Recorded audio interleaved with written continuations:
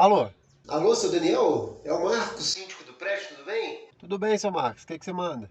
Então, seu Daniel, eu tô te ligando em nome de todos os moradores do prédio. É que tá tendo muita reclamação do apartamento do senhor aí, entendeu? Reclamação? Reclamação de quê? Então, seu Daniel, é que todo dia, sempre mais ou menos nesse horário, tá tendo muito barulho vindo do apartamento do senhor. É assim, eu sei que a intimidade do senhor aí, o senhor e sua esposa na cama tá fazendo muito barulho, sabe? Ali no momento íntimo de vocês, ali no rally rola, se é que você me entende, né? E são 10 horas da manhã ainda. Seu Marcos, você tem certeza que esse barulho tá vindo do meu apartamento mesmo? Tenho. Do 402, você tem certeza? Sim, eu tenho certeza. Por quê? Por que da pergunta? Porque eu não tô em casa, seu Marcos.